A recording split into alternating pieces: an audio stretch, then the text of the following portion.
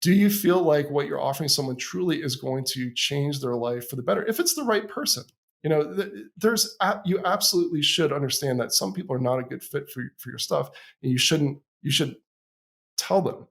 But if there are those people where without the deadline, they're not going to pull the trigger.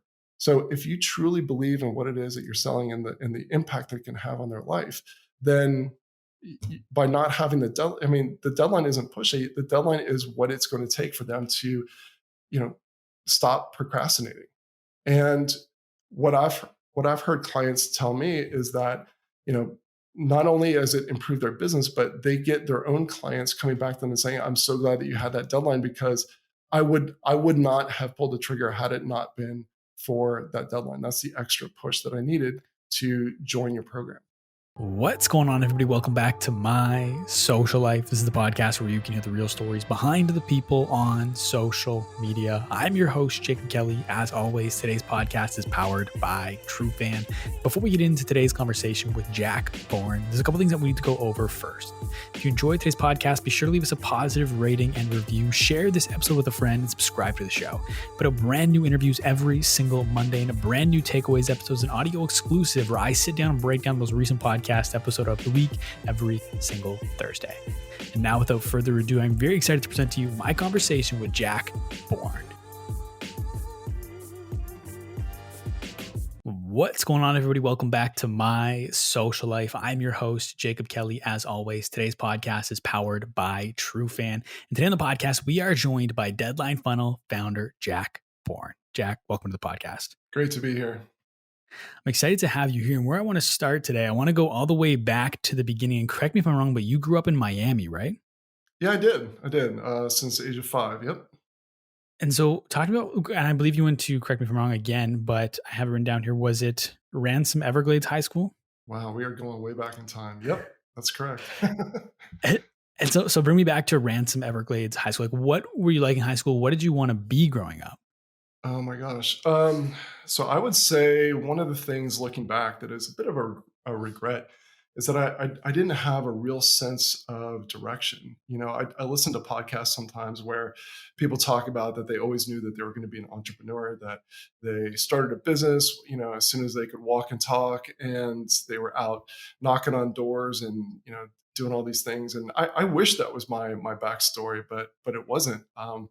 I was focused on tennis around the time that I was going to Ransom Everglades. Tennis was replaced by girlfriend, and so I lost focus there, which is a bit of a regret, but it is what it is. In academics, I was active on the football team, track. Like every season had a sport.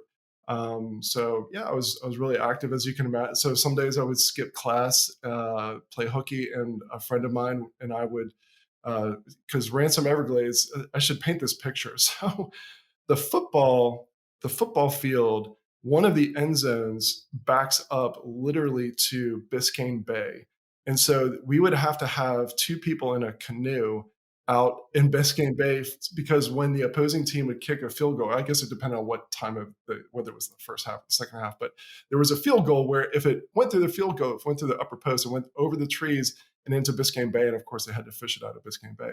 So right next to the school was a canal, and I'm surprised more kids didn't take advantage of driving a boat to school. Sometimes they would do it, but anyways, when it came time to skip school and pretend that you were sick, we would get in my friend's boat and we would go behind this particular golf course, and we would what do they call it? Kneeboarding at the time. It's not skiing. It's like you're towed behind the boat on a kneeboard.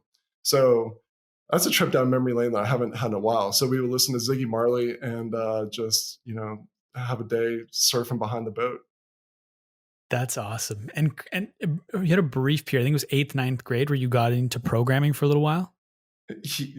Dang, you've done your research. Yeah. So before Ransom Everglades, I was at trying to remember the name of the school, but it was a public school.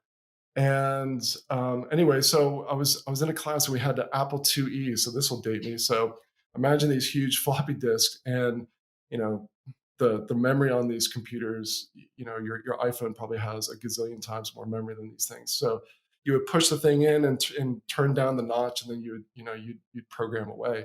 So I remember the final the final task was to create a game using your Apple IIe, and I was really into it.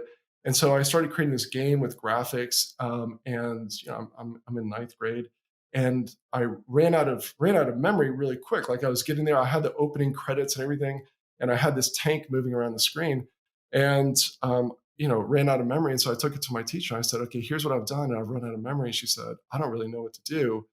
And I talked to my PhD professor that I'm talking to, and he doesn't know the answer, but don't worry about it. You got an A. Um, so the good news was I got a good grade for that class, but I really lost. I've mentioned regrets a few times. One of my regrets is that I didn't, beg my parents for a PC or something like that, and kept going with it. I sort of lost my interest in it quickly after that, just because I hit that wall.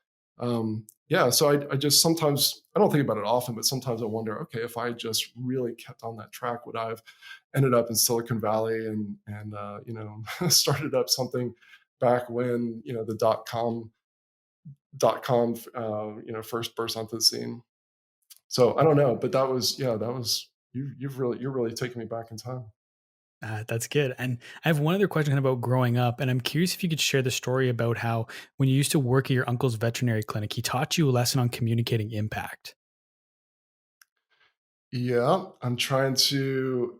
So the lesson that comes to mind is so there were a lot of lessons that I learned at the side of my uncle, but one that comes up in the terms of sales and marketing was it was fascinating to see the difference between how he would talk to clients in many different ways, but particularly when he would look at the dog's teeth. So let me just explain that when someone comes in for you know Rover needs a checkup, it's 50 or $100 or whatever it costs, and you're not really making a whole lot of money. You've got overhead costs, et cetera. So this is kind of similar to anyone who's selling something online. Is that sometimes your first transaction or what they're buying at first is really just paying for the Facebook advertising, right? And so it's the bump offers, the upsells, or the lifetime value of the client that's really worthwhile, but you're not making anything on that first sale.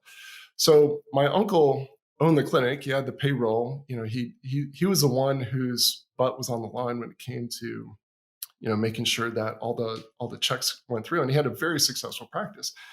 So he was much more incentivized to make sure that if the dog or cat needed something like a dental cleaning, that he was really, really good at doing. He wouldn't just like the other vets, because I would throughout the day, I would sometimes be by my uncle's side and sometimes I'd be by one of the other veterinarians.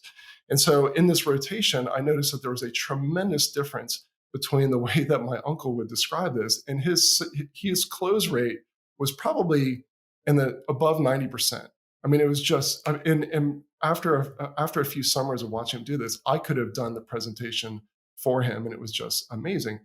But the other veterinarians would like look at the dog's teeth and go, "Yeah, Fluffy needs a teeth cleaning sometime." They go, "Okay," and they wouldn't do anything. Like their close rate would be maybe like 1 out of 10. So what my uncle would do is he would look at Fluffy's teeth and he would say, "Okay, you see this right here," and he would show the client. The client would step forward. He'd say, "Okay, you see this gross stuff on the teeth? Yep. Okay, that's called tartar, and it's not going to kill Fluffy today, but it's sort of like smoking. The longer that that this goes on, it's just going to build up and build up and build up like a toxin in their system, a lot like smoking, and it's going to shorten Fluffy's life. And do you want to hear about how to fix this? Oh, yeah, absolutely. I don't want Fluffy to die." So, I mean, his close rate was absolutely amazing. And I knew that every time he pulled back the gums of a dog, and if there was any tartar there, I just knew there was a 90% chance that this person was going to get the teeth cleaning. So it was really fascinating to, I haven't thought about this in a long time, but it was really fascinating to watch how you language something has a huge impact on whether someone's motivated. It's the same procedure, same setting, but it's really just it's kind of sales copy, right? It's just face to face copy. It's just language, it's messaging. And I'm curious, and we'll talk more about the team and building a team and everything and your management style later on. But I'm curious, with that kind of in mind, one thing that sticks out to me is your uncle cared more because it was his business. So how have you gone about instilling the same level of care as yourself and your own business with your team? Because as the owner of the company, you're naturally going to care more. So how do you build an extra level of care with the people who are joining the business but didn't found it? Yeah, so I think going back to my uncle real quick, I don't want to make this all about veterinary sales or marketing, but going back to my uncle real quick, I think that one of his shortcomings is that he really could have done a much better job. And I even pointed this out to him, but he just didn't. His attitude when I brought this up, because let me just back up and say, I explained, look, why don't you teach the other veterinarians how to, say it the same way that you say it, or even close? I mean, even if they're only half as good as you, that's going to be a tremendous increase. And his attitude was like, they're just lazy. Like, there's no point in trying to do it. And I think that that was a huge mistake on his part. So I think, you know, the North Star that I've used, this is a slight tangent, but the North Star that I've used to build the culture on my team is that I call it the George Costanza method of team management, team building, which, if you there's an episode in Seinfeld or a few episodes where George realizes that his entire life has been a failure up until this point, and he decides, well, what he runs an experiment, decides, what if I do the opposite of what would naturally come to me? And he just starts doing the opposite, and all of a sudden he starts to go on dates and he gets job promotions and everything starts going his way.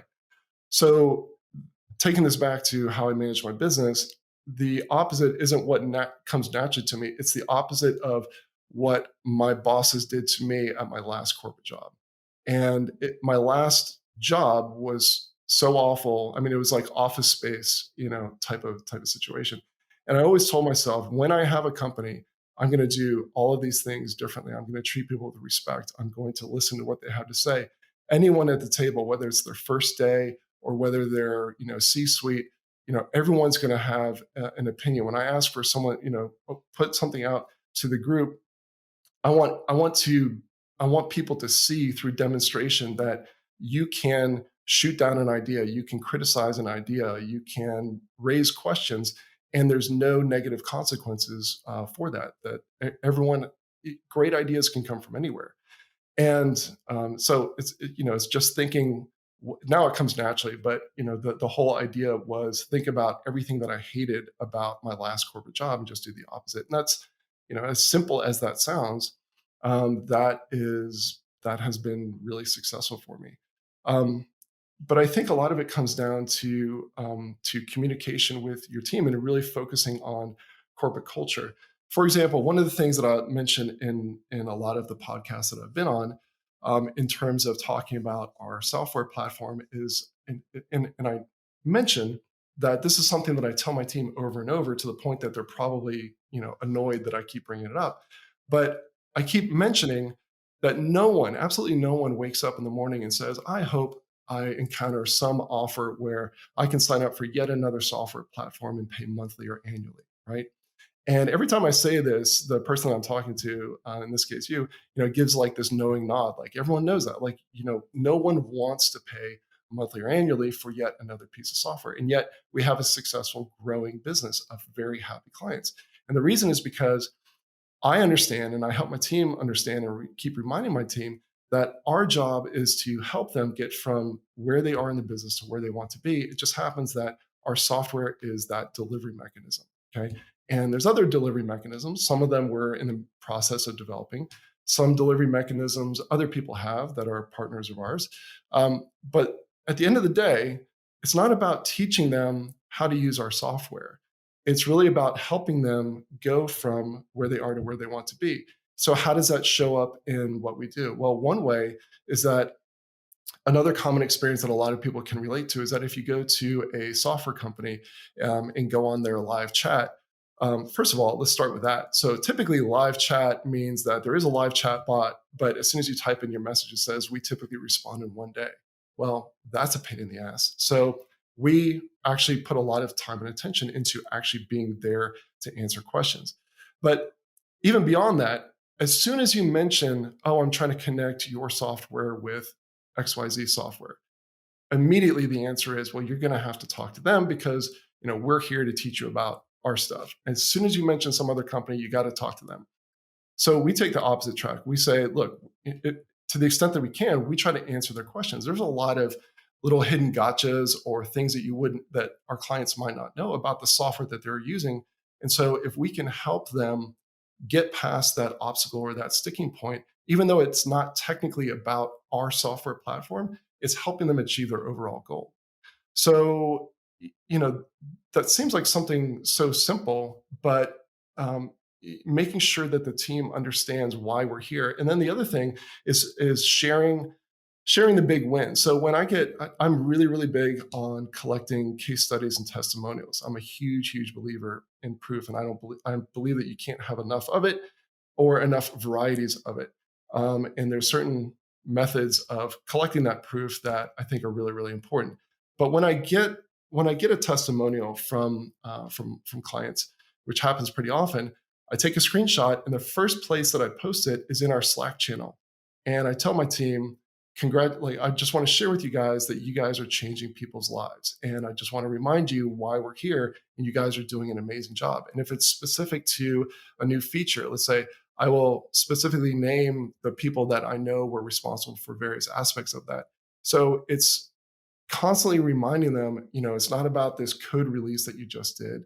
It's about the impact that it's having on these people's lives. These people have families, these people have employees. And so that's I'm trying to share that end, like really the outcome, the big win that the client has, and I'm trying to really it's sort of like selling messaging and leadership pointed back internally towards the team. Does that make sense? Yeah, no, it does. And I'm curious how you go about collecting all of the different testimonials because that's such a powerful form of advertising as customer testimonials. So, what are some ways you go about getting those from your clients? So one of the most important ones is to pay attention for opportunities. So it's sort of like it, as soon as I bought so when I lived in the United States, I currently live in Australia. One of my last vehicles was a red Dodge truck, and I never really paid attention to it. But I'm sure you know what's coming next. Like all of a sudden, I started seeing red Dodge trucks all over the place. So it's really that they were always there, but now my brain is attuned to it.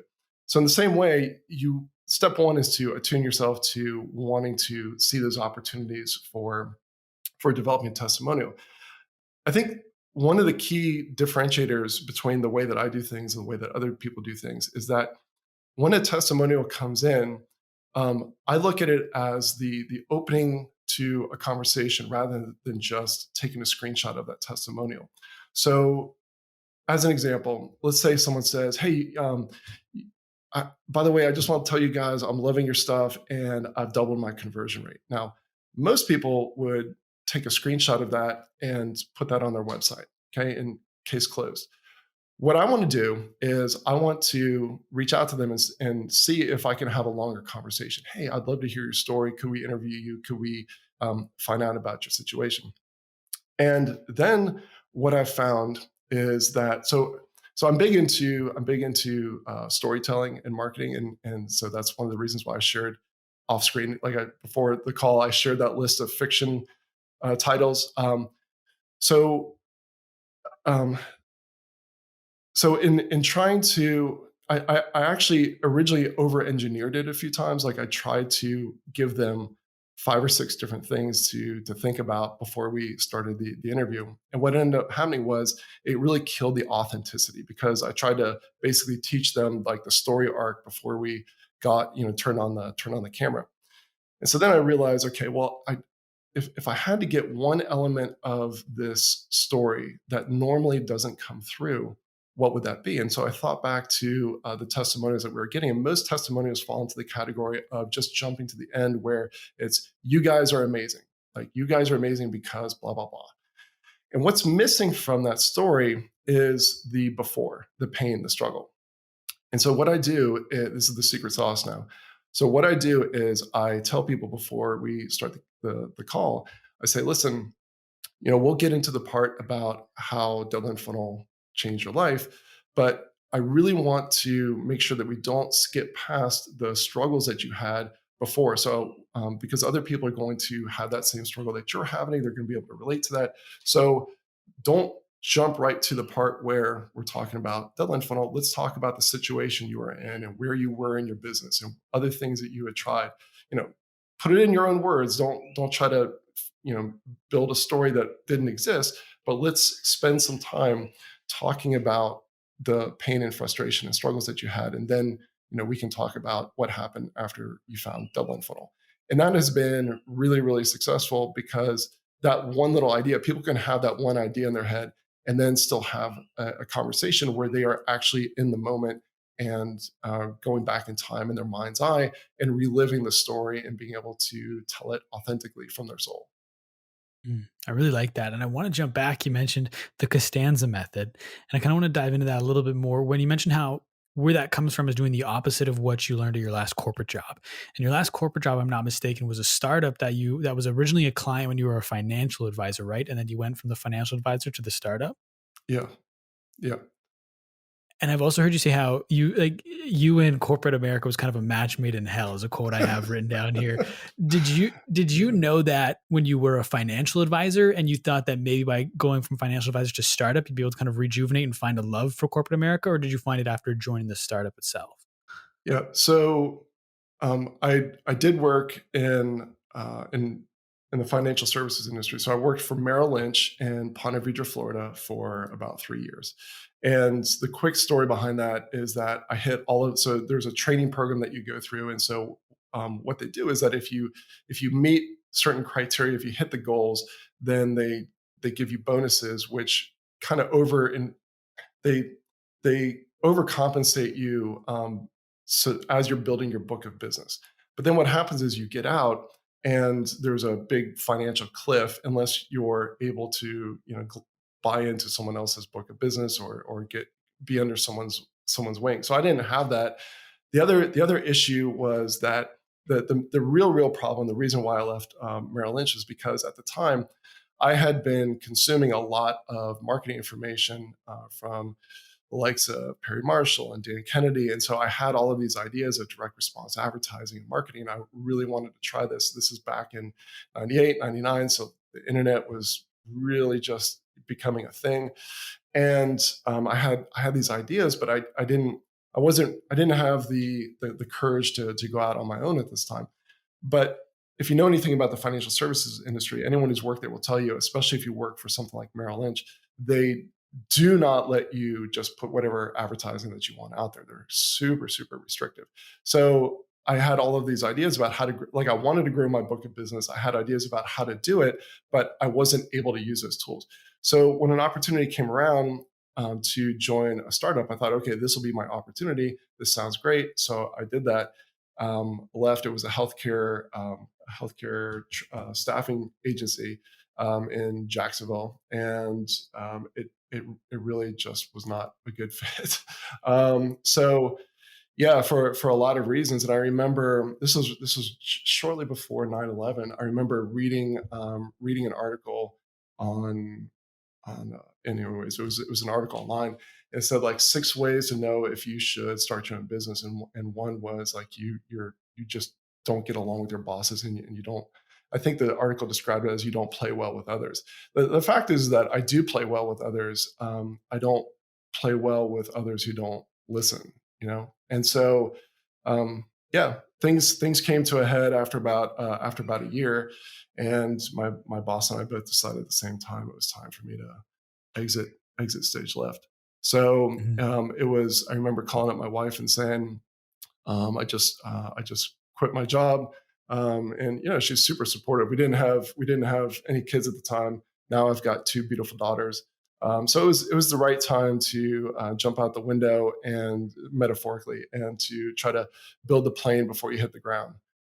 So that was what we did. And that plane was a $70 PHP script, right? It was, yeah. So it's almost spooky how much research you've done. So yeah, so I had this idea to create. So I just left this healthcare agency that would help place travel nurses all over the country and sometimes bring them in from the Philippines.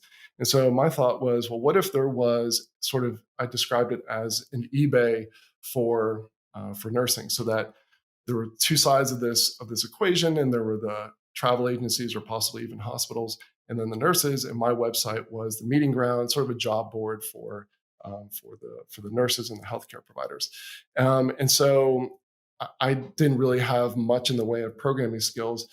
So I went to a website and purchased a $70 PHP script that was riddled with bugs. And so then I went to Barnes and Noble and bought. Anyone who's in coding will know how long ago this was. PHP 4 Bible. I don't know what PHP version that we're on now, but it's probably 11 or something like that. So it was this big, thick book, and I just started with page one and started flipping through it, looking at the lines of code and trying to figure it out. Doing everything, I look back and there's so many things that I did wrong. The right way to do this would have been to hire a programmer and, start to build my team, et cetera. But, in hindsight, it taught me a lot of valuable skills that were very, very useful later on. So after about a year of putting this, so I quickly fixed the bugs, made one of the world's ugliest websites, and but I started. So I didn't charge anything, and I was doing some really, really odd jobs. I'll be shocked if you know what some of those odd jobs were, but anyways, I did some of these odd jobs just to keep funds coming in.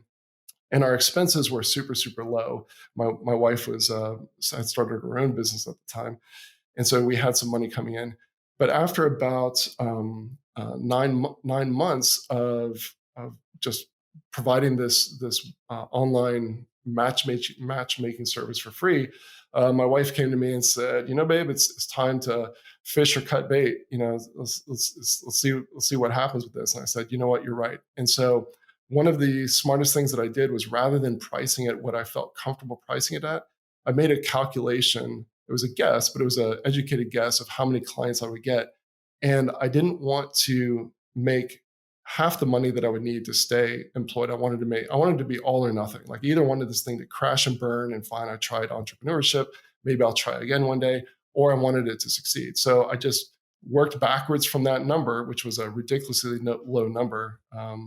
Thinking about it now, but I priced it like that, just real simple back of the napkin math, which was probably about 3 times what I would have charged if I just went based on what I felt comfortable charging.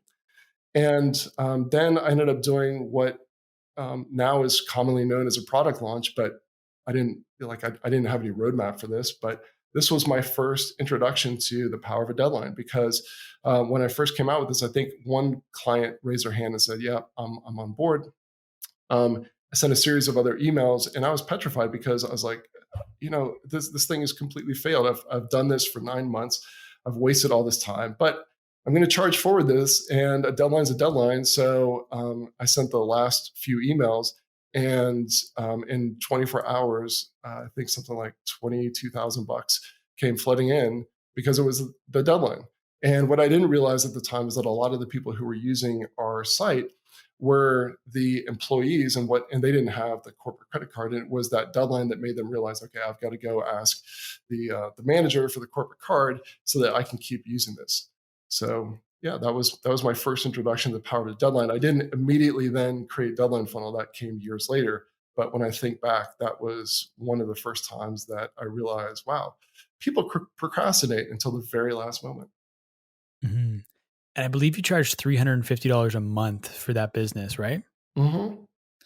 I I've did. also heard you say I've also heard you say that that was too low and you should have charged more. And more often than not, people aren't comfortable charging what they should be paid. And I'm curious why you think that is. Why people never charge the full amount that they think they should. Well, I think it comes down to fear, fear and doubt. It's sort of like when you're in a negotiation for a house. I mean, if you really want the house, you don't want to lose out on it. Or if you're selling your house, you don't want to necessarily lose out on the buyer. So there's what you believe it's worth, and then so I think that's another component of it, is that a lot of times we don't understand the true value of what it is that we're bringing. So a lot of it comes down to self-confidence. I think it helps once you've had, the other reason why I think it's really, really important to be gathering testimonials is because as you hear over and over and over again how you've had a positive impact on people's lives, it gives you the confidence to realize, hey, I'm really delivering value here. I could charge twice as much, or 5 times as much, or 10 times as much. So, it's better to get started than to get it perfect. So, getting something out there and realizing that you charge too little, that's a fixable problem. But yeah, I think it's a pretty common experience that a lot of entrepreneurs have, especially if you go into consulting or coaching, that you start off charging too little for your services. And so you run your own business for a number of years, and then eventually you go to work for someone named Perry Marshall. I was wondering if you could share with the audience who Perry Marshall is and how you got your job with him. Yeah, so anyone interested in online advertising and sales and marketing would benefit from going to Amazon and at least buying his 80/20 sales and marketing book. So, cost what a book would cost, but that would give you an intro to Perry Marshall. But he was really one of the first people, he's not the first, but one of the first people to figure out that Google AdWords would be a really reliable way to send traffic to your website rather than doing search engine optimization and content distribution. And it's not that he's against those things, but what he saw in Google AdWords from the very, very beginning was that this was a way that you could do split testing very, very quickly. You could split test headlines in your ads, you could split test landing pages. And so it just gave you really quick feedback on what was working, and to be able to use that feedback to constantly improve your ads, get rid of the ones that weren't working. Stuff that now just seems like, okay, yeah, that's obvious. Like, that's online advertising 101. There was a time where that wasn't so obvious, and he created courses around this. And he has a book called The Ultimate Guide to Google AdWords, which is co-authored by a really great guy named Mike Rhodes, who also lives in Australia. I helped introduce Mike Rhodes to Perry Marshall and help make that connection. So, Mike Rhodes knows, he has a very, very successful agency. And so he knows the ins and outs, and he's up to date with all the latest changes with what's going on with Google AdWords. So there was a time where it just made sense for Perry to share that notoriety and also to share the burden of keeping the future editions of that book updated. So Perry's been in the direct response marketing world for a very long time. So think back to when Google first started, or even before Google started. Like, that was when he really came onto the scene. And one of the other things that he gravitated towards was the concept of 80/20. And when he first started talking about it years and years and years ago, I really wasn't very interested in it because I couldn't appreciate the importance that it has and the various implications. But honestly, that's even though he didn't come up with the Pareto principle, and there was it Koch? I'm blanking on his first name. Richard Koch. Thank you. Richard Koch wrote the first book on the 80/20 principle. Perry has done has taken some of those concepts and really kind of translated it for the marketing and advertising community. So that's what his 80/20 sales and marketing book is really about. So hopefully that wasn't too long of an answer of who Perry Marshall is. But so how I think you wanted to know how I came to work for him. So I'm on Perry's email list. And at the time, my business is doing okay. I'm not in love with my business, but I think it's probably a holdover from just all the negative feelings that I had from the last corporate job, because it was in the same vertical. So I see an email from Perry that indicates that he's hiring 2 people. One he called, this is a weird name, a content czar, which really was just someone who's going to help repurpose his content and figure out what to do with it. And the other one was an affiliate manager. Well, I had been helping people set up affiliate programs, and I had set up my own affiliate programs. I'd done some trainings on it. And so I thought, I really wasn't looking for something like this, but this could be really, really interesting. And so what was cool was that this wasn't just your typical job application. He put it out there that, first of all, step one was you had to pay for even applying. And so it was something like $19. And he said that the money was, this wasn't about him getting rich off of people applying for the job. He was going to donate the money to charity. And so he was very transparent about it. I don't care about the $19, but if I only want serious people. And then he indicated that after that, there was going to be a series of challenges that you would go through. And then based on how you performed in those challenges, that would determine who he chose. Well, the first thing that I noticed was that on his blog where he announced this, people were most people were extremely irate. I mean, it was one of his most commented blog posts, and people were just lighting him up about how dare you charge money for people to apply to work with you? Who do you think you are? And I just smiled because I thought this is fantastic. Like if he had just opened it up to everyone and there was like this application form, my name would be one among maybe hundreds or maybe 1,000. And so I thought, I don't know how many people are applying for this, but by the looks of it, most people are self-eliminating. And so I went through and I actually tried to pay twice just to differentiate myself and stand out. Then after that, so I applied, and then there was a series of contests. And one of the most important things that I learned during that process, this happened to be right around Christmas time. And I remember so every so often, like every week and a half, there would be another email that would go out and say, okay, the next phase of this challenge is the following. And so I remember it's just a few days before Christmas, and I thought, how in the world does he expect us to go and start to strike up deals? Because that was the challenge. Like, go find affiliate deals for me.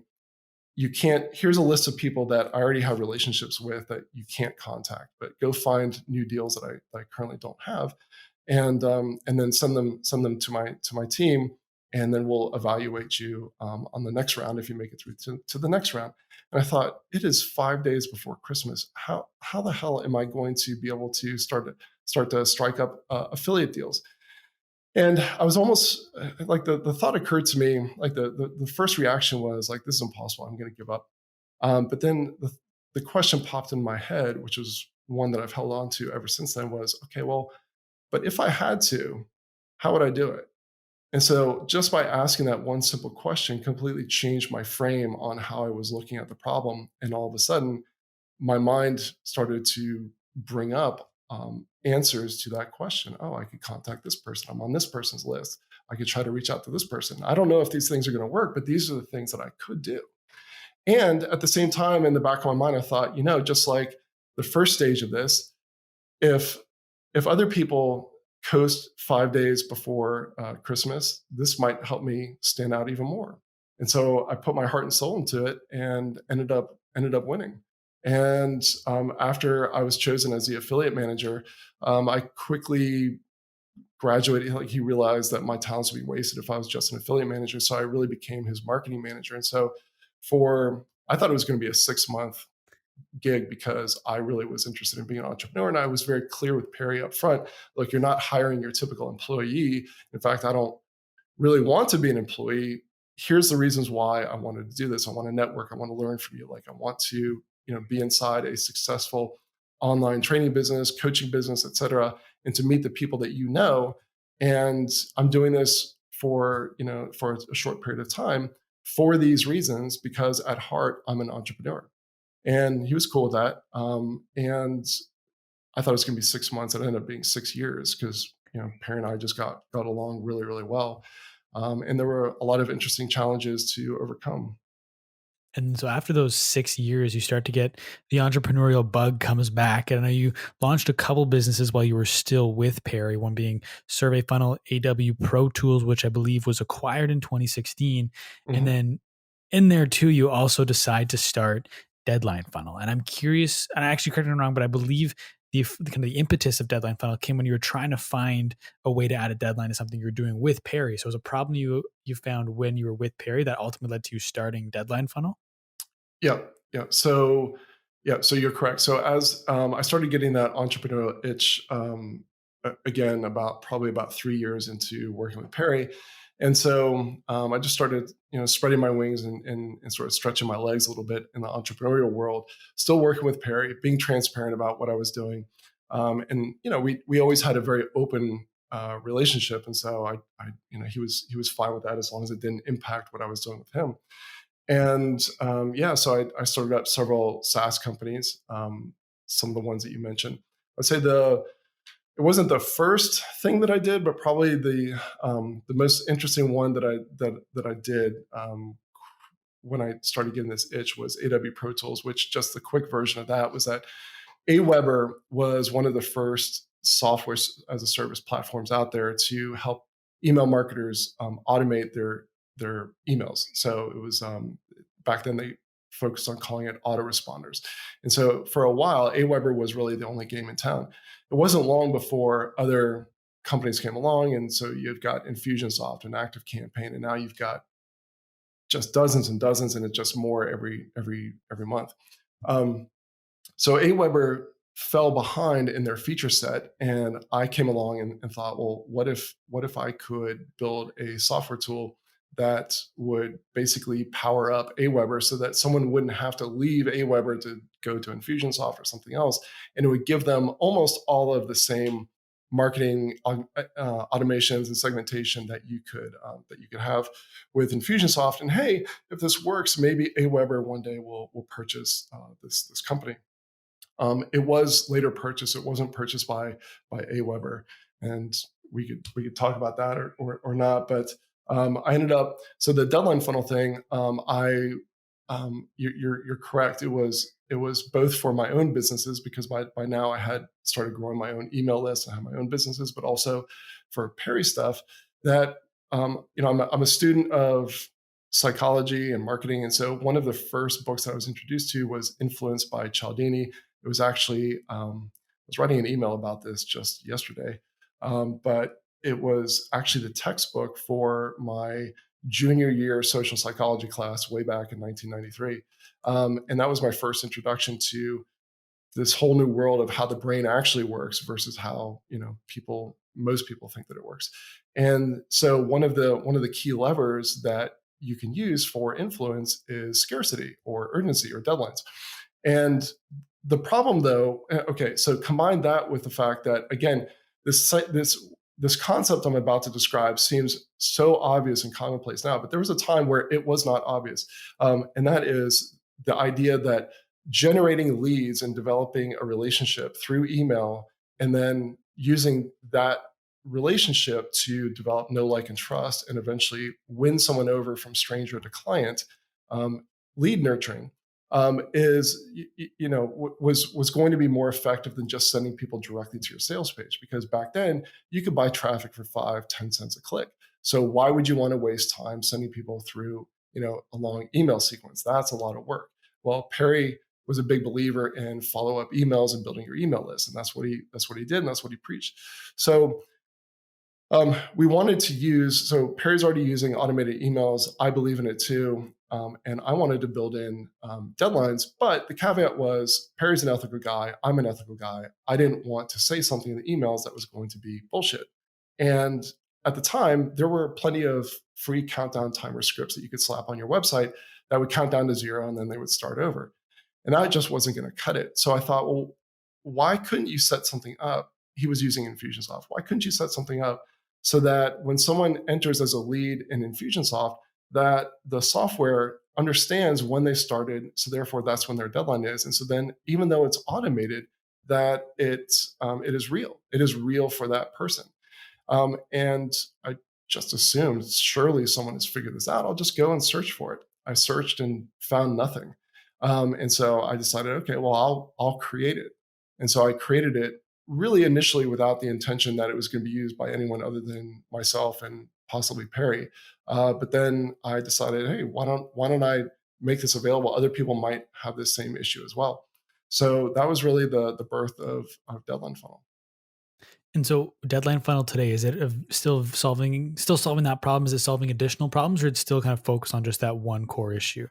We've expanded into, we just added in the ability to have social proof on your site. So There's other companies out there that do that, but one of the reasons why we expanded into that area is because the way the deadline funnel has grown over the years has really gone deep into being able to really automate deadlines in a very, very powerful way and to integrate with lots and lots of different platforms out there.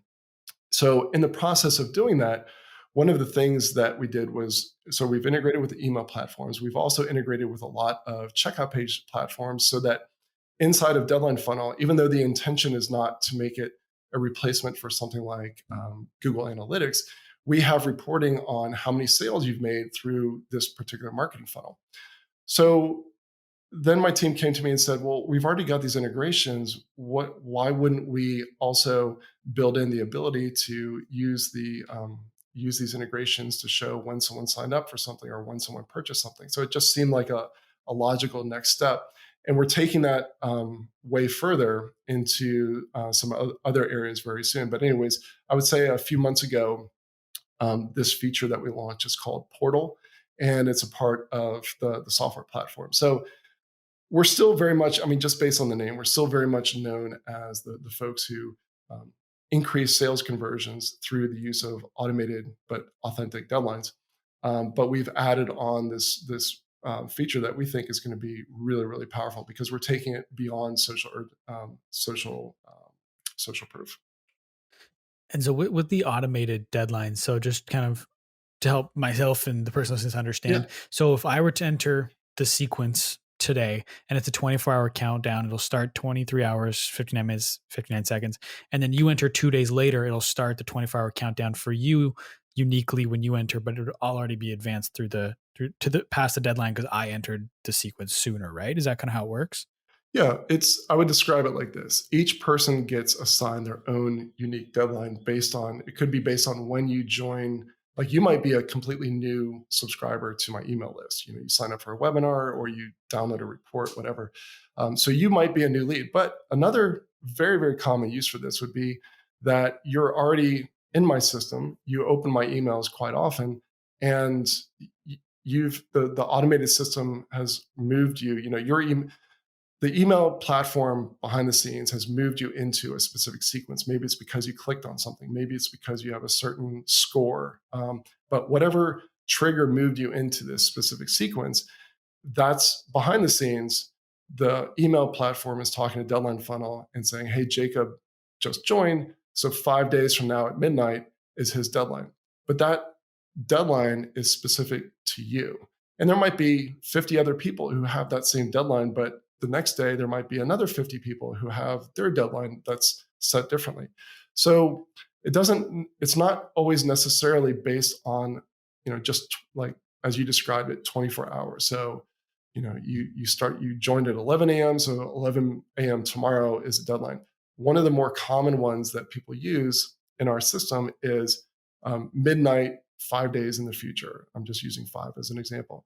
But there's other variations like, the next Thursday, as long as it's not 48 hours from when they started. So there's other more nuanced versions of this. And then the other reason why we integrated with sales platforms is because there's another version which is quantity based. So you could have, for example, if you had an automated webinar, you could say for the first 5 people that purchase you get this extra bonus. Well, our system actually keeps track of people as they are purchasing, and then once the 5 have purchased, that's no longer available.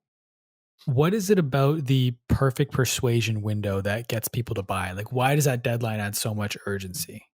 So the perfect persuasion window is a term that I came up with for the last 24 hours before the deadline. And so when you look at live launches or now automated promotions, but anything that ends in a deadline, you will see that typically there's a burst of sales when the offer is first made available. Some people call that cart open.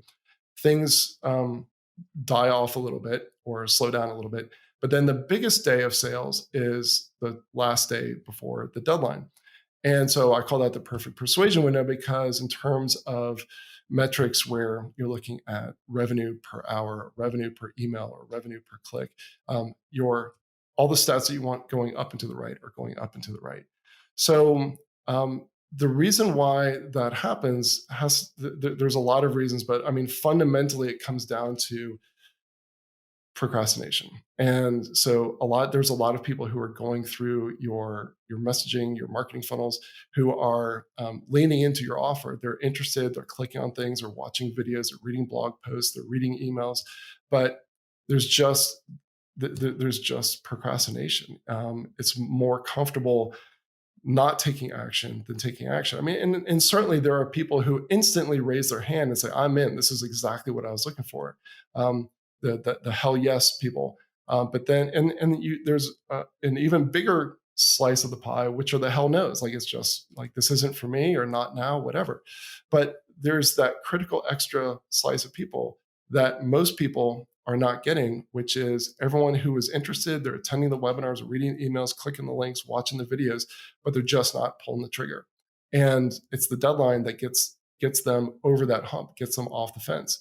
And so anyone who's ever done a launch or promotion recognizes that if you're doing it correctly, you're going to see more sales on the last day. And so the idea behind Deadline Funnel was, well, what if you could replicate that in a way that wasn't lying? Because if you waited past your deadline, then your deadline is gone. You couldn't actually buy, or you didn't get the special deal. That's another variation of it. Well, what you would have is every single day on your calendar would be that perfect persuasion window, depending on how you set up your marketing funnels. And so you're maximizing conversions for that cohort of people that are going through your messaging sequence. And so should people be applying deadlines to a majority of their or all of their sales and offers, or should they stagger them a little bit so there's no like deadline fatigue or anything like that? Well, I think every situation is different, and what we found is that most clients come to our doorstep with a pretty good idea in their mind of what it is that they want to build. Now, we provide training that helps people understand some different variations that they can consider, but most people have already heard from a thought leader or someone that they're already following. There's a certain type of a funnel that they want to build. So, for example, Amy Porterfield's audience want to mostly replicate what Amy's doing, and Perry's people mostly want to replicate what he's doing, et cetera. A lot of the things that I've done successfully over the years is working with thought leaders and doing training-based integration marketing. And so our stuff is kind of built into the back-end teachings and lessons and courses that some of the biggest thought leaders out there are putting out. And so, to answer your question, there's no simple answer to this, but I just want to keep in mind that you mentioned deadline fatigue. I don't think that there's necessarily deadline fatigue if you're making sure that you're not letting your subscribers go through two different messaging sequences at the same time. I mean, you should be having a very focused conversation with someone based on the interest that they're in, based on your segmentation. And so there should be really one deadline. I don't necessarily think that there would be fatigue. And the point is that if you're using our technology, the deadline is real. So there's really not, I don't think that there would be fatigue. I haven't seen that. I mean, we have people who have just gotten fantastic results by using it. So Yeah, that's awesome. And what do you say to people that feel like having a deadline feels a little bit too pushy? yeah, so I hear this sometimes, and the answer is that if you think about how you've made decisions in your life, I bet some of the most important decisions that you've ever made revolved around a deadline, and some of the most important life-changing moments probably kicked off with a deadline. So one of the things that I like to tell people is a favorite story of mine is shortly after I arrived in Australia, I met with a friend of mine named Michael, and he was having dinner with me and my wife, and he happened to mention that in 2 weeks' time he was going on a kite surfing trip to Fiji. And as an oh by the way, because he really wasn't his intention wasn't to say, hey, you should go, but he happened to mention there were two seats, two people had canceled at the last moment.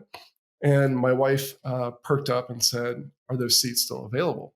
And I had always wanted to learn how to kite surf. I'd just never taken the time to do it. I'd always wanted to go to Fiji. I mean, and I was just jumping at the chance to be able to do this.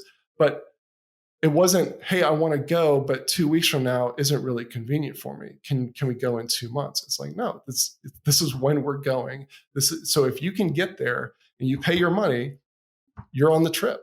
And so there's a deadline. I've become hopelessly addicted to kite surfing, and it's something that I thoroughly enjoy. And I can't imagine what my experience would be if I didn't have that in my life. But if you back it all up, it started with the deadline. And I'm not sure I actually would have gone like taken the steps to go. I could have started kite surfing at any time, right? There's nothing that prevented me from doing it, but it was that deadline and urgency that made me say, okay, I've got to get 2 lessons now in before I go on this trip, because I want to maximize my time when I'm there. It's all about the deadline. So so how does this, someone might be thinking, well, that's fine. That's a trip to Fiji. I'm not offering a trip to Fiji, but that's the point. The point is that, are you looking, so if someone says, it feels too pushy, to me, that really, I hold up the mirror and say, look, if you're being honest with yourself, do you feel like you're actually offering someone that could be that life-changing trip to Fiji? Do you feel like what you're offering someone truly is going to change their life for the better? If it's the right person, you absolutely should understand that some people are not a good fit for your stuff, and you should tell them. But if there are those people where without the deadline, they're not going to pull the trigger. So if you truly believe in what it is that you're selling and the impact that it can have on their life, then by not having the deadline isn't pushy. The deadline is what it's going to take for them to, stop procrastinating. And what I've heard clients tell me is that, not only has it improved their business, but they get their own clients coming back to them and saying, "I'm so glad that you had that deadline, because I would not have pulled the trigger had it not been for that deadline. That's the extra push that I needed to join your program." And how do you recommend people go about crafting that compelling offer? Because if they're offering, to your point, if they're offering no matter how great the deadline is, if it's a terrible product and a terrible offer, people aren't going to convert on it. So Oh yeah. what are kind of your tips for crafting a compelling offer? Well, first, let's start with something that you said, which is deadlines are not going to revive a crap offer. You can't. Perry has this phrase: "You can't steer a parked car." So, if you've got something that no one wants, slapping a deadline on the sales page or in your emails isn't going to fix it. But what it will do is that if you are getting traction with your audience, it will magnify what you already have going on. You just can't multiply at zero. All right. So to the point about the offer, what do you need to have? There's entire courses that have been built around how to build an offer, but let me just throw out a few ideas. So one of the first things that I think fundamentally you have to decide, and there's no right or wrong, it's just how you want to run your business. And it could be one way for one product that you offer and one way for a different product. But are you going to have something available all the time? But when people are going through a particular channel or funnel, that you're going to give them a special offer. That's one type of messaging. Another type of messaging would be, this is only available for you during this specific time. And if you wait, it may be months or possibly a year before you can even buy it again. So there's no right or wrong. It just depends on which way. But let's go with one of my favorite ones, one that I use, which is, yes, you can purchase this at any time. You don't have to purchase this now. However, there's a price discount and extra bonuses if you take this. And so just so you can prove to yourself that this is special, go to our homepage and you'll see that, yes, you can buy it any time, but not with what you're getting today. And so when, an example of when you might use something like this would be on a webinar or a Facebook Live or something like that with a special audience that you have, or you could have certain types of advertising funnels that bring people into a specific email sequence. So those are a few ways that you could do that. But specific to the funnel, one of the easiest things, but you don't have to price discount, but one of the easiest things is to offer a price discount. Um, in addition to that, you can also offer special bonuses. The choosing of bonuses is something that I've I've taught people about. There's right ways and wrong ways to choose bonuses, but if you choose the right bonuses, that can really help incentivize the make the offer way more special. So you can use both of those together, or you could say, I'm not going to do a discount, but I am going to have these killer bonuses. The killer bonus could be a 30-minute call with you. It depends on what it is that you're selling. If you're selling a widget on your Shopify store, that may not be the best bonus. If you're selling an online course and you're offering a 30-minute call with you or your team, that could be an incredibly valuable bonus. So it really just kind of depends on what it is that you're selling. Another component to offers would be not just the price, but also how the payments are structured. So there are things like soft offers. You could do $0 now, 14-day trial. I mean, that's how Deadline Funnel is. You pay nothing now, enter your credit card, try it for 14 days. That's in the biz. That's called a soft offer. There are other variants of that where it's $1 for 7 days. There are structuring it for payments. So like normally it's $1,000, but you could break this out as five $225 payments, something like that. So you can break it out into payments. So there's different ways to play with exactly how people pay for it. And sometimes just even if it's the same amount, just breaking it out over a longer period of time can increase the number of people who take you up on that offer. So those are some of the key components. I know I'm leaving out quite a bit, but as I mentioned, there could be a multi-hour training on exactly how to craft offers. But those are some of the key components to think about. And do you have any tips for eliminating friction in your funnel? Because if there's hurdles people have to overcome just to purchase your product, that increases the chance that they're not going to complete the transaction. So is there anything that you've seen, any easy ways to reduce friction through the buying process? Reduce friction. So when you say reduce friction, I don't want to go in a direction that you're not thinking. I mean, where my mind automatically goes to is you should definitely be looking at your checkout pages. And I would say having proof elements on your checkout page, reducing the number of fields, testing out a two-step checkout process, things like that. Having a cart abandon sequence, like those are the types of things that I think about in terms of increasing conversion rates at the checkout. I don't know if any of those. I mean, you tell me. Would any of those qualify in your mind as answering the question of I think reducing friction? Yeah, I think that all qualifies as answering my question. So that was perfect. Yeah, I mean, you one of the most important places that you can one of the big levers that you can use to increase your sales, whether you're using a deadline or not, is to take a really hard look at your checkout page process. Are there proof elements you can put there? Could you put a testimonial from a client? Sometimes it's as simple as just explaining, either in the video before they reach there or in text that's on the page. Like, as soon as this happens, here's what's going to happen next. You're going to get an email from me with your login details. You're also going to get the quick start 7-day email sequence that's going to walk you through the process. Like, whatever it is, just clearly explaining, here's what's going to happen next, because when they've got their credit card out or they're about to get their credit card out, that's when some doubts can definitely creep in about, I don't know, like what is behind this door? What is actually going to happen? Am I going to regret this? You certainly want to, if you have a guarantee policy, that's another part of the offer that I forgot to mention, is the guarantee. So, some people don't have a guarantee. Some people have a very powerful guarantee. Some people have a multiple guarantees. So there's risk reversal there. Are you giving them a 30-day full money back guarantee? There's lots and lots of different ways just to structure the guarantee. And it's not just what the guarantee is, it's how you describe it. Sort of going back to my uncle at the veterinary clinic, like, two people could have the same guarantee. It's 30 days money back.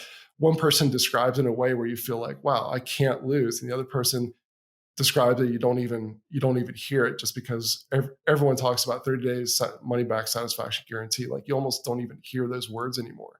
So it's also how you message and language the guarantee.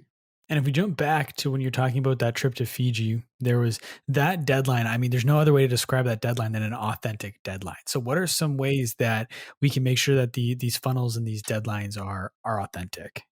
Number one, use deadline funnel.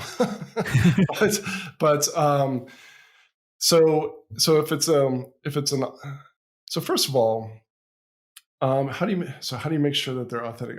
One of the things that I teach is how to make sure that the people who are receiving your emails and attending your Facebook lives and attending your webinars know that it is authentic, because other people, like, some people are skeptical and jaded, and if you're using technology such as ours that is going to make it a real deadline, you want to make sure that people aren't doubting that. So, what are some ways that this isn't exactly what you asked, I recognize, but I think people get value from hearing, how do you communicate that this is a real deadline? And there's several different ways.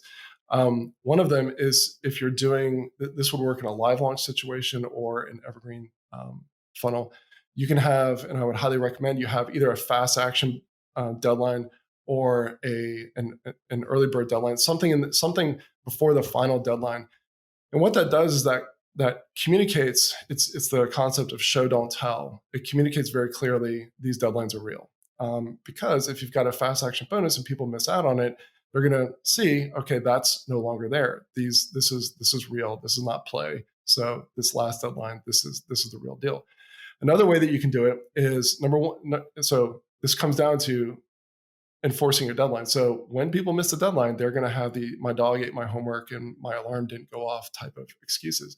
So everyone's got to run their own business their own way. But I think that everything that you're doing in your business is either increasing your credibility or hurting your credibility. And so I would recommend that you enforce a deadline and you say, I'm sorry, for XYZ reason, and we'll make sure that you know about it the next time that's made available.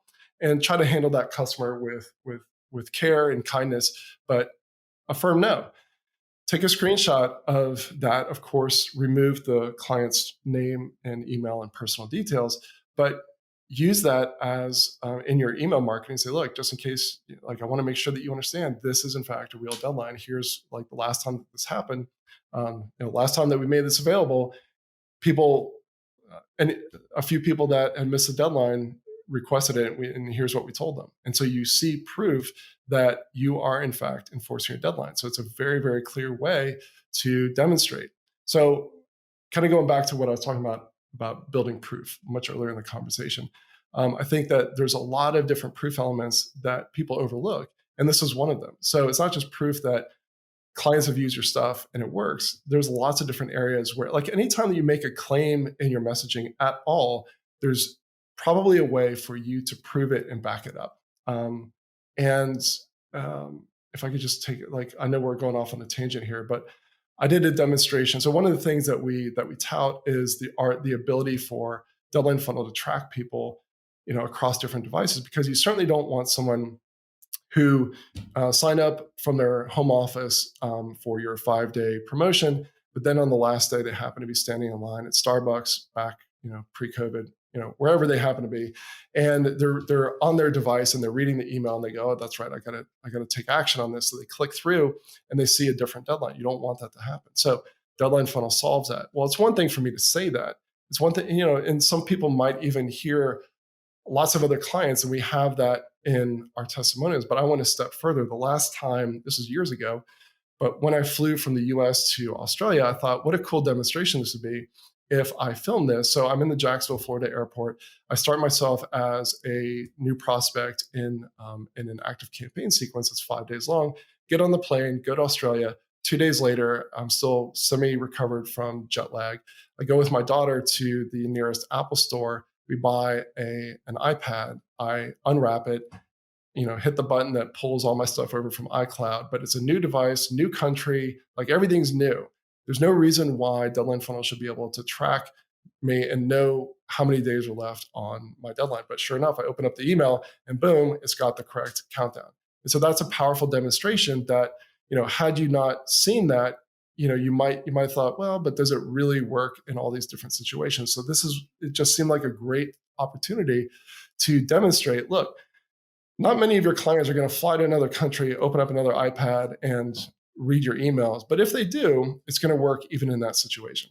And so I talked about a few different ways that you can make sure that people know that it is in fact a real deadline. Because if people doubt the deadline, like if it is a real deadline but people don't believe that it's a real deadline, then you're going to have the same problem, because it's only to the extent that they believe that it's a real deadline that it's actually going to do its job.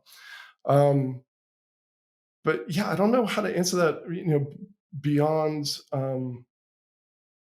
beyond. I mean, we always tell our clients, make sure that you test your funnel before you go through, before you set it live, and that's super super important.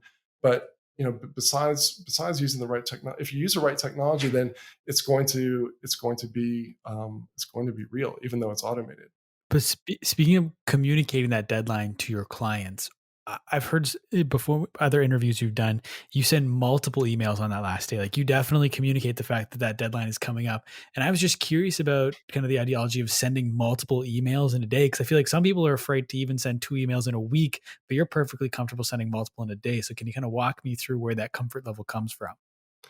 Well, so one of the things that I talk about in some of my presentations is that, with one of the benefits of setting up an evergreen funnel, there's lots of them, but one of the benefits is that you only have to be brave once.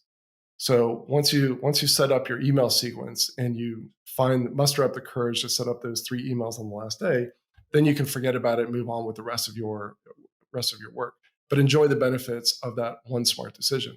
I've never had someone come back to me and say, either I followed your advice of 3 emails on the last day and it did not increase sales, or I sent 3 emails on the last day and my business tanked because everyone hates me now. Like, it's the only keep in mind that you should be pulling people out of your marketing sequence, and you should stop selling to them when they buy. So don't sell past the sale. So your system should put them in the software world, we call an onboarding sequence, but whether you call it a nurture sequence, a love sequence, onboarding sequence, whatever you like to call it, help them get lots and lots of value very, very quickly, get that first win, that first big aha as quickly as possible once they become a client. Stop selling to them. So the people who purchase, whether it's let's say someone waits until the last day, when they get that morning email, if they purchase, they're not going to get the next two. If they purchase in the midday email, they're not going to get the third one. So the only people who are going to get 3 emails are the folks who haven't purchased. Hopefully, the people who are going into your marketing funnel, hopefully you're using messaging like ads that match. You're attracting people that want to be in this type of sequence. There's some sort of match to what originally got them into the sequence. You didn't use clickbait or anything like that, deception, to bring them into this funnel. So there should be your messaging should be really tight to why they're in this marketing sequence in the first place. So the other thing is that I would highly recommend that at the bottom of your emails, like while they're in this focused promotion, at the bottom of your emails, before the unsubscribe link that your email service provider puts at the very bottom of your email, put a link that would allow them to, it's PS, if you don't want to receive any more of these messages, but you want to stay on my list, just click here. And give them the option to say, you know what, this topic just doesn't interest me. I'm not going to buy your stuff, but I still might want to stay on your list. So that again would pull them out of that sequence so that they don't have to get any more of those emails. So the only people who are going to be getting those emails are people who either aren't opening your emails, they signed up and they're not opening them at all, or people who haven't taken action yet. But I don't know if you've had this experience, Jacob, but I know I've had this experience multiple times where I'm on someone's list and I'm super interested in what it is they have to offer, and I'm reading their emails and I'm really really interested, and I'm watching their stuff. But even though I'm the deadline guy, like I tell myself this lie, like, oh, I'm gonna buy this. I'll just wait until the last day, and then they only send me one email, and then I forget, and then I'm mad because I'm not able to, like, I actually wanted to buy that, but I missed out. So people, when you send 3 emails on the last day, what you're going to find is that people are purchasing even on that last email, and it's shocking. Like human, it's a little bit frustrating and disappointing that human beings procrastinate so much, but we have to deal with the world as it is, and people procrastinate. And if you don't send those 3 emails on the last day, you're leaving a lot of money on the table.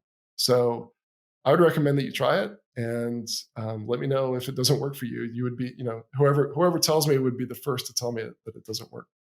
Fair enough. And so talk to me about creating. So we talked about making the funnel authentic, but now talk about making it evergreen. When I think of evergreen, my brain always defaults to thinking about a YouTube video I can put up today that will still be relevant in 4 or 5 years. So how do you make a marketing or a sales funnel that's evergreen in a year, 2 years from now? Well, first of all, if we're talking about a 1 to 2 year time frame, your topic has to be somewhat evergreen. So, for example, if it's how to become a TikTok star, I don't know if TikTok's going to be around 2 years from now. It could be huge. I have no idea. Um, but the more evergreen your topic, the more likely it is that you're not going to have to redo it. So, and I'm kind of joking, but kind of not, because, for example, one of the challenges that some people have when they're teaching, like, for example, if you have a Facebook advertising course, that eventually, at some point down the road, Facebook is going to change their admin. And as soon as they do, your videos are now out of date, and you've got to update them depending on how massive a change it is.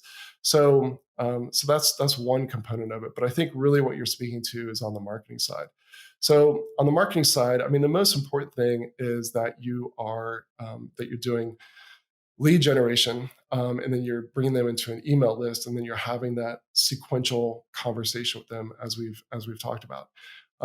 In order for that still to be an asset for you a year or two from now, I think it goes back to something that is in Perry Marshall's 80/20 sales and marketing book. Chapter 6, he talks about a concept that I came up with, and he correctly gives me credit for, which is the tactical triangle. And so the concept behind that is that you focus on in order to have traffic, you focus on conversion and economics. So conversion is how many sales you're getting per 100 people who visit your landing page. And the economics are things like, number one, what you're charging. We touched on this earlier. Are you charging too little? Number two, bump offers, which is the checkbox where you can add something before you even put in your credit card details. Upsells would be a purchase after the first one, which some people do wrong, but let's face it, Amazon does upsells. People who bought this also bought that. And then there's also lifetime value of the client.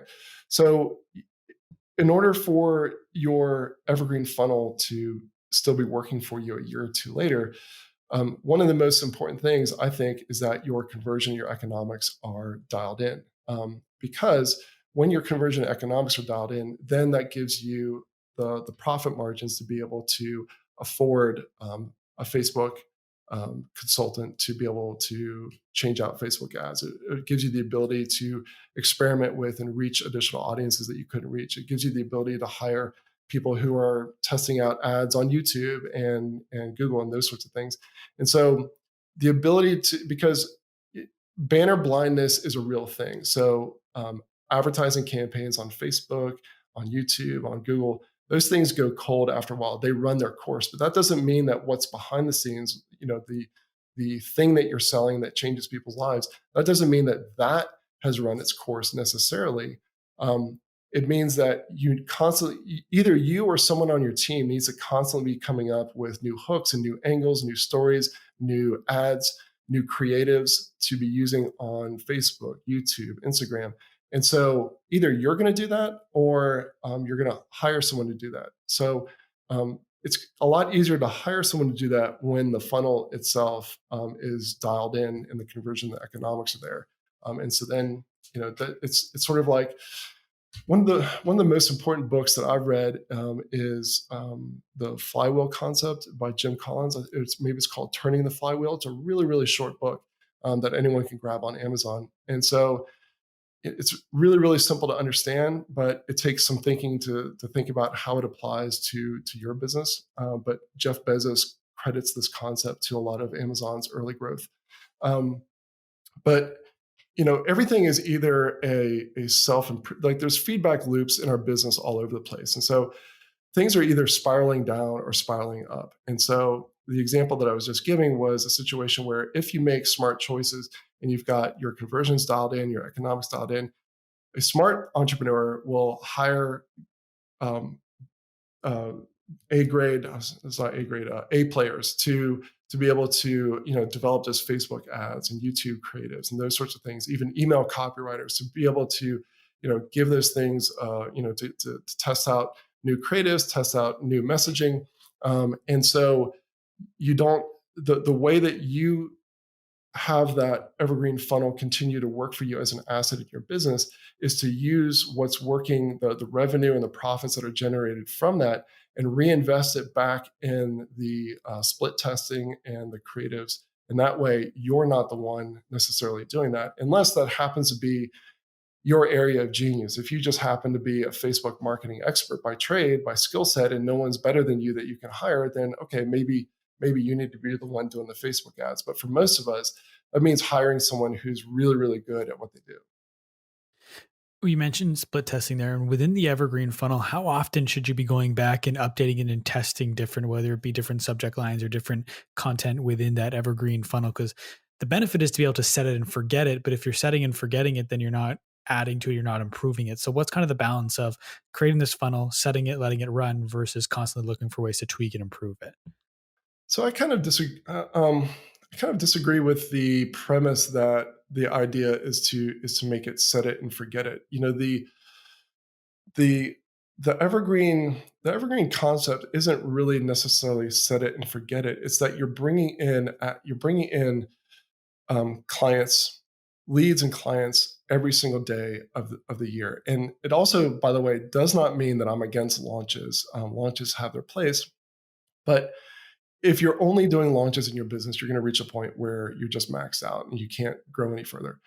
So the the reason why I say that the evergreen concept isn't really set it and forget it, it can feel set it and forget it for you, the entrepreneur, but it's really really important that your team is constantly improving it. So if we zoom out a bit and look at a deadline funnel, for example, the the if you go back through the way back time machine and look at the various different looks of deadline funnel, just the homepage, it's changed multiple different times. Now I could have had a set it and forget it type of approach to it. Now, how many times have I done the deadline funnel homepage? One time. And that was the first time. It was the ugliest version of deadline funnel. It was just disgusting and embarrassing. But ever since then, I have had a design team and skilled people behind the scenes who, on a regular basis, will refresh the homepage. We're also refreshing the admin. So there's all sorts of areas of your business where, I mean, you're never the truth the uncomfortable the truth that some people don't want to embrace is that you're never done. There's never a point where you go, okay, that marketing funnel campaign is set up, so I can just let it do its thing. That'll work for a little while, but it's sort of like if you're riding a bicycle and you're going down the street and you stop pedaling and you take your hands off, you can coast for a while. You're not going to fall immediately off the bike, and you'll coast. It'll work for a while. But if you continue, like if you just close your eyes and see what happens without pedaling, eventually you're going to crash. The forces that kept you coasting eventually are going to peter out. And so you don't want that to happen with the assets in your business. And so, but that doesn't mean that you have to be the one pedaling. And so you as an entrepreneur, your job, like the more the longer I go in business, the more I realize that my job is to find the most talented people that I can, and to be a leader and to attract very, very talented people to the team, create a culture that we can all be proud of and benefits our clients, to really stay focused on our clients, and then to let my talented team members do their job. Again, George Costanza, like, not micromanage them, like let them do their thing. Your job is to be in charge of the marketing funnel. So it's not that I don't want to ever know what's going on. Yeah, keep me in the loop, but tell me what you did. Your job is to follow these KPIs, to do what you need to do, and report. We're going to have weekly meetings, but it's not for me to tell you the next task is this and the next task is this.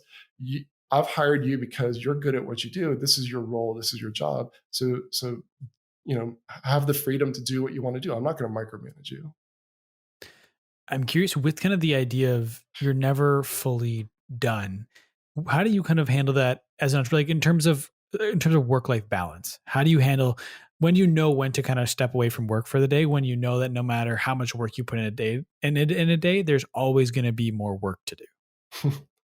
So the snide answer is when the wind is blowing, I go kiting. But the so you said something really really powerful at the end there, which is that really resonates with me, which is that it was something like that you're never going to get it all done. It was something along those lines, and I think it's just embracing that fact, and this comes back to the 80-20 concept, which is it is like no matter how many resources you have, you're never going to get it done.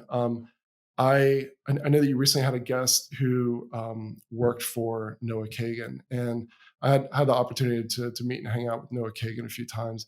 And I remember being on a webinar presentation I did with, if not the CEO, it was someone high up in HubSpot. And one of the first things that the guy from HubSpot said was, "Hey, I forget what the question was, but the answer was, I want everyone to know you're never going to grow your way out of like having resources to do what you need to do. Like even at HubSpot's level, with all the money that we have and all the success that we've had, there's still way more stuff that we want to get done than the resources and talent and time to get it done. And so you're never going to grow your way out of that problem. So if you're never going to grow your way out, and so the first time you hear that, it might sound depressing, like Jesus, like no matter what I do, no matter how much money is in the bank account, I'm not going to be able to work my way out of this problem. But if you can actually come to a place of Zen acceptance of it, then you ask the question of, okay, so now what?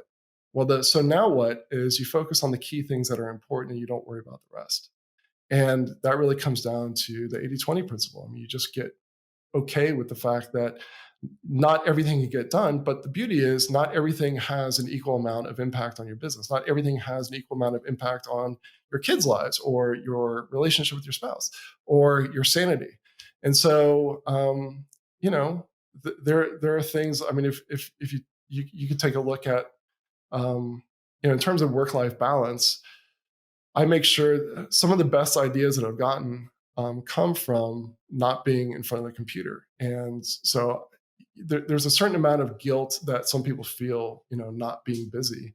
But when you realize that some of these great epiphanies or answers to important questions come in moments of silence or moments where you've spent some time thinking about the next wave rather than thinking about the next email, then that's you start to give yourself the permission to go spend time outside the office. And if wave riding and kite surfing isn't your thing, go for a walk or go do whatever it is. But typically I would say being outside is really really important. And so yeah, I'm a big believer in making time for yourself. I don't know if I would call that work-life balance, but I would say making time for yourself to recharge the batteries.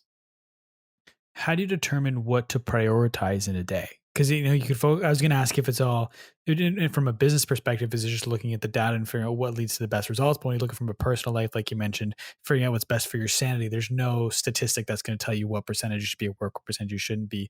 So how do you kind of figure out what's essential and how to prioritize what should get done? So I don't necessarily follow my advice to the letter every single day, but when I'm in my best flow, it really comes down to a simple concept from a book that I read called The One Thing, and it's starting off the morning and just getting really really clear, whether you do it the night before or that morning. I'm an early riser, so 5 a.m. get some coffee and then think about, okay, if I don't get anything else done today, everything else just goes, as they say in Australia, pear shaped. But I accomplished this one thing. What would make today a win? And that one simple question for me has been really, really impactful, because a lot of times things do go in a lot of crazy different directions. And especially, with two kids, sometimes carpool, sometimes stuff comes up, and it's not really feasible to say no, I'm not going to do that. And so you want to make sure that you keep your eye on the things that are really, really important, because it's very, very easy and seductive for us to come up with things that feel like, yeah, I'm getting a lot done today. I did this, I did that, I you know all these various little tasks that we can convince ourselves like, hey, I did a lot today, but did you really accomplish what was going to move the business forward? So I think, as simple as it sounds, just getting super, super clear on what is that one thing that I am wanting to accomplish today is a great place to start. If you're comfortable sharing, what's the one thing for today? This interview. Fair enough. I like that answer. But I know we're kind of getting to the end of the allotted time here, so I'm just going to jump to the last question. I don't want to take too much I don't want to run over. So the last question that I ask everyone at the end of every interview is, instead of me asking the question, actually you asking the question, but it's not to me. So pretend you have a crystal ball. You can ask this crystal ball any question. You'll get the 100% honest answer. What is one question you want to know the answer to? Um, where am I going to die so that I can avoid going there? I like that. I like I don't that. know. I But don't know. I wasn't expecting that question. Um, no, that's I don't. I'm trying to think if there's a better question that I would ask. I would ask, what would I would want to ask myself 10 years from now. What would you come back and tell yourself? You know, So what's that one message that you would tell yourself? Way back in 2021. that's a great question. It's a really good question. But I want to thank you so much for taking time to be on the podcast today. I mean, there's still so much more we could talk about. Maybe we'll have to get you back on the podcast sometime in I the love future. that. But yeah, me too. So maybe we'll set that up. But I want to give you the floor. Where can the people find you? Plug anything and everything you got right now. Yeah, I would just say, if anything that I've said about urgency and deadlines interests you, I've got an amazing team who would love to help you out. So check out deadlinefunnel.com. Really, I've got a one-page website of like basically what other people have said about me at jackborn.com. I am on Instagram and Facebook, but I don't post there very often for a variety of reasons. But yeah, you can certainly follow me on social media. I'm not on Twitter at all, but Facebook and Instagram, sometimes I post something. You'll probably see kite surfing videos more than anything else. Fair enough. And on the point of Twitter, you used to be on Twitter, because on the next time you're on here, we're going to have to talk about why Disney's Magic Kingdom gives you a master's degree in cross promotion. Okay. All right. Because I'll probably have to go back to when I wrote that post, which was probably like 2009 or something. I think that, yeah, that's a tweet from 2009. But no, thank you once again for taking time to be on the podcast. I'll make sure everything's linked in the show notes down below so everyone can find it. Jackmore.com, Deadline Funnel. I'll make sure it's all linked down there. If anyone would like to follow me, you can find me on Twitter and Instagram at the Jacob Kelly. Feel free to come and say hello. My DMs are always open. As always, today's podcast is powered by TrueFan. Thank you once again for listening, everybody. We'll talk soon.